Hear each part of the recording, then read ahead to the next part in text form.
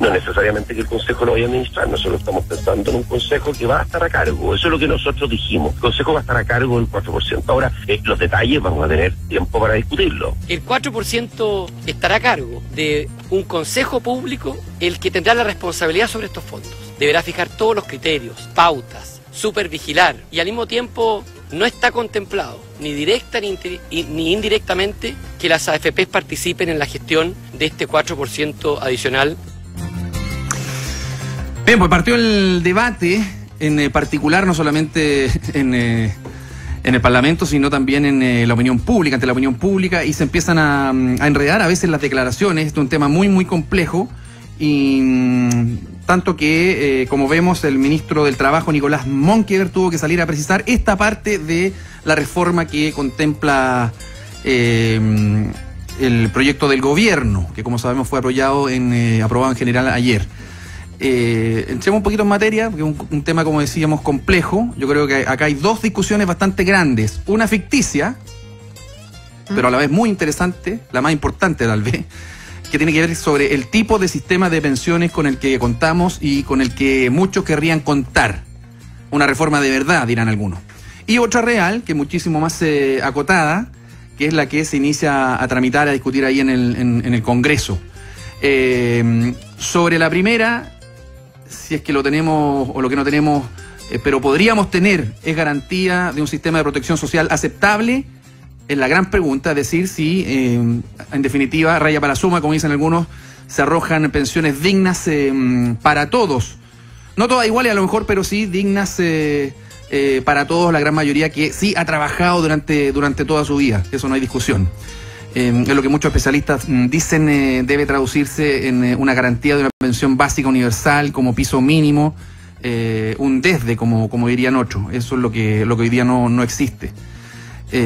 O que debe haber un sistema mixto de capitalización individual, mixto como en muchas partes del mundo, con aporte solidario que garantice un piso de protección básico, etcétera, etcétera, etcétera.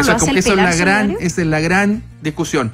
Mira, estamos escuchando a algunos especialistas, dicen eso avanza a una ayuda, pero es muy poca. O sea que todavía las pensiones son muy bajas, pero en el fondo hay un sistema de protección para las pensiones más vulnerables que es el pilar solidario, claro, y que el gobierno quiere meterle recursos para mejorar esas pensiones. Ahí entramos en la segunda la discusión real, que son muchas lucas. Hablar sobre el proyecto. Sí. Claro, porque para cada persona, lo que pasa es que también yo creo que hay que pensar esto en lo individual de cada persona, pero también en lo colectivo. Obvio. O sea, se están poniendo más de 3.000 millones, yo, en este proyecto.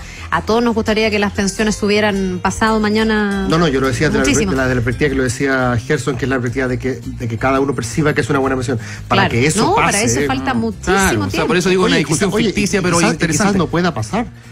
Claro. A veces no todos los objetivos se pueden conciliar en la vida y no podemos tener todo lo que queramos, porque tampoco la plata crece de los árboles y esto inevitablemente requiere una redistribución. Y la pregunta es hasta qué punto tú puedes generar esa redistribución. De los ricos a los que menos tienen, de los jóvenes a los más viejos. O sea, aquí la pregunta está cruzada por cómo nos repartimos la plata. Y también yo creo que está muy marcado esto por el mercado laboral, porque en el fondo si tú has tenido gente que ha cotizado poco, que tiene lagunas, que etcétera, es difícil que después entonces tengan un tremendo ahorro, a no ser que Chile fuera un país muy boyante, que pudiera en el fondo gastarse toda la plata en pensiones, pero también hay un tema de las distintas prioridades que hay. Eso es el objetivo final y ojalá que fuera así. La discusión, digamos, que no se está dando, sino que hay que ir, como decía yo, a la discusión de lo que se está presentando en este minuto y no al que nos gustaría que fuera un sistema de pensiones más o menos justo, que ahora, evidentemente... Incluso el ideal, Gerson, si alguien hoy día propusiera que nos demos cuenta de nuestra realidad demográfica y de que nos estamos muriendo no a los 70 o a los 65 como antes, sino que a los 80 y algo, si alguien propusiera alargar la edad de jubilación, o sea, la edad de trabajo activo, eso sería políticamente inviable también, aunque quizás podría contribuir en el fondo a lo que tú pides. Pero son factores que se están considerando, por lo menos en esta discusión, así lo ha hecho ver el gobierno. O sea, la realidad laboral y también la expectativa de vida que existió en los años 80, a principios de los 80, cuando se impuso este sistema. Pero es eso distinta, no está en la norma actual. Pero sí lo toca en la discusión, evidentemente. Lo que pasa, espérate, perdona, respecto de la jubilación. Lo toca en el sentido, por ejemplo, la gente... Hay incentivos. no lo hace obligatorio, pero hay incentivos a que hombres y mujeres retrasen su jubilación y en caso de que lo hagan van a aumentar sus pensiones, tal como ahora, que en el fondo también puedes retrasar tu jubilación. O sea, premiar los años extras de servicio, por ejemplo, o de trabajo más que de servicio. Y además premiar a la gente... 65 y los 60 es demasiado ochentero, ya estamos en otra. Pero fíjate lo que pasa, por ejemplo, con el aporte a los adultos mayores, aporte solidario a los adultos mayores. ¿A partir de qué edad? A partir de los 85, esa es la letra chica. Por eso digo, estamos todavía en la etapa de los titulares. Y en la discusión real es donde hay que ir acotando, despejando y analizando y avanzando paso por paso, que son cada una de las mini reformas que incluye, modificaciones que incluye esta propuesta del gobierno, que es una reforma en sí misma. O sea, el sistema se reforma sobre sí mismo, pues el otro sería un cambio, como decíamos, de una discusión que se da pero que no existe. O sea, no existe base para un cambio del sistema de pensiones. Incluso especialistas que se han metido en esto. El Frente Amplio quería. Y que no solamente el Frente Amplio, porque si uno escucha, por ejemplo, a especialistas como Andras Sutov, que fue parte de la comisión, fue parte de integrante de la comisión asesora presidencial, estuvo ahora en las instancias técnicas de la Cámara, no fue escuchado que otra cosa. Él dice que acá no hay un sistema de pensión, no existe un sistema de pensión, lo que existe es un sistema de mercado, de ahorro, donde los trabajadores van a ciega, entregan su... Mira, lo vamos a estar hablando con él, pero Andras Sutov tampoco estaba por un sistema de reparto, que es lo que propone básicamente el Frente Amplio. Pero sí mixto. Sí, mixto, pues él estaba por la propuesta B. No, yo estaba respondiendo específicamente a ese punto, obviamente. O sea, hay muchos más. Ahora, aquí hay todo un tema ideológico que inevitablemente también se toma la discusión, porque si hay consenso en que se tiene que cotizar más y por lo tanto este proyecto está aumentando en un 4% la cotización. En el caso del gobierno anterior se aumentaba un 5%, 3% iba a ser para capitalización individual, 2% para un fondo colectivo. Aquí es un 4% que iría a la cuenta de cada persona. Y la gran discusión hoy día ha sido quién va a administrar ese 4% después de que el ministro de Hacienda dijera, y esto se refrendara con los votos de los parlamentarios que estuvieron de acuerdo, que hay una negociación para poder tener un ente público. Yo hoy día en la mañana lo entrevisté y le dije, es un ente estatal. Me dijo, no, yo quiero hacer la diferencia.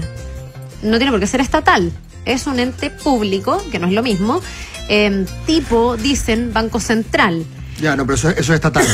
Es estatal. Pero es que él habló de la posibilidad de que este ente público pudiera licitar la administración de esta cotización adicional del 4%. Mira, licitar, ahí entramos en varios conceptos, entre lo público, lo estatal. Lo estatal se refiere a que puede ser administrado por el gobierno, incluso lo público, por ejemplo, como instituciones autónomas o relativamente autónomas como TVN, en fin, hay una discusión ahí que hay que despejar, pero el mensaje no ha sido monolítico, ni claro, ni consistente, entonces porque se genera... No está claro, me doy cuenta, claro. Se genera esto desde el comienzo, en la discusión más gruesa y en el tópico más... no sé si más polémico, pero uno de los pilares gruesos, que es quién va a administrar este famoso 4% o más, porque puede que la discusión se suba este Mira, porcentaje. hasta ahora en el proyecto es clave. Básicamente está como puesto ya y se entiende que las AFP no van a administrar ese 4%. Y esto le ha llamado la atención a la gente de derecha. Gente que ha dicho, no puedo creer que en mi gobierno se esté acogiendo como esta demonización de las AFP y en el fondo se hace carne eso que dijo la ministra anterior del Trabajo, Alejandra Krauss, cuando dijo ni un peso más para las AFP. Este gobierno lo recoge y no le va a dar ese 4%, por lo que entendemos hasta ahora, a las AFP. Pero puede ser otro organismo que a través de una licitación pudiera hacerse cargo de esto, como se hace, por ejemplo, con el fondo de cesantía. Sí, es que ahí entramos en un terreno que es una letra chica que es muy, muy delicada, que tiene que ver con el costo de administración.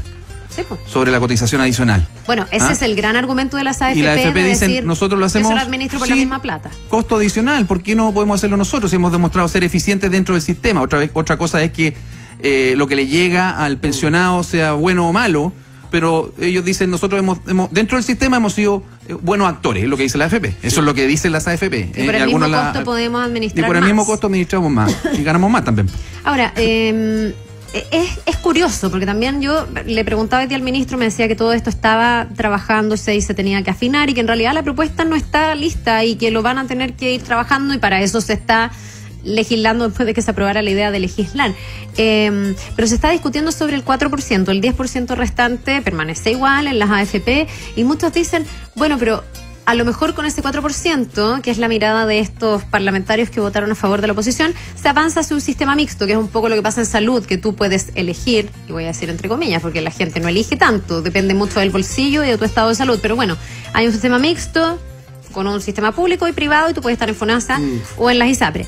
En este caso, dicen esos parlamentarios, este gobierno se abre a tener un ente público y por lo tanto la gente va a poder eventualmente optar, que es otra de las alternativas que queda abierta. Y otros dicen, bueno, pero entonces, ¿por qué no me dan la libertad de elegir también qué hacer con mi 10%? Y habrá otros que dicen, bueno, pero yo creo que mi 4% lo administra la AFP. Pero no, se está cercando esta discusión, o por lo menos hasta ahora se condiciona que el 10% permanezca en la AFP y solo el 4% a este organismo público. Lo que yo creo es que aquí se deberían coexistir ambos sistemas y que uno elija qué hacer con sus fondos, ¿o no? Una posibilidad. Si son tus fondos al final. Si tú vas a elegir qué hacer con el 4, es una estupenda pregunta, ¿por qué no puedo hacer lo que yo quiero también con el 10? Obvio. Si es que tú crees que cualquier sea la decisión que tomen los ciudadanos respecto del 4, va a ser lo suficientemente razonable que flota, porque si no flotara no te dejarían optar por ella, entonces que dejen que tomes la misma decisión sobre el otro día. Un déjà vu, esta discusión ya se dio. Ahora yo pondría también acento sí, por la misma cuestión. en la destreza política que yo creo que tuvo el gobierno en esta pasada, porque si bien es cierto que hoy día apareció, entre comillas, una letra chica, porque no sabemos todavía si es que esta letra chica traiciona realmente lo que quería la DC o no, porque como tú bien dijiste, Carla, al final el ministro Larraín es honesto cuando dice plata a la AFP directamente no, en teoría no va a ir más, va a ser un ente distinto, veremos después cómo y eso es estrictamente político. Exacto. Eso es un guiño a la oposición. Si hubiese sido por este gobierno, le pasa la plata a las AFP, obvio. Y muy bien, como tú dijiste, esto también generó en la extrema derecha, o no es la extrema, Camila Flores de RN, aparte de José Antonio Caz y otros criticaron la medida. Y el hecho que le moleste a la más de derecha y a la más de izquierda del escenario político, por así decirlo, y que que el gobierno haya conseguido finalmente los votos donde podía, en el centro político, y en ese sentido la DC está haciendo algo parecido a lo que hizo RN en los primeros años de la transición, que es entregar los votos claves para que al gobierno le resulten los proyectos. Así que desde ese punto de vista parece que es distinto a lo que pasó en educación, y en este caso políticamente lo hicieron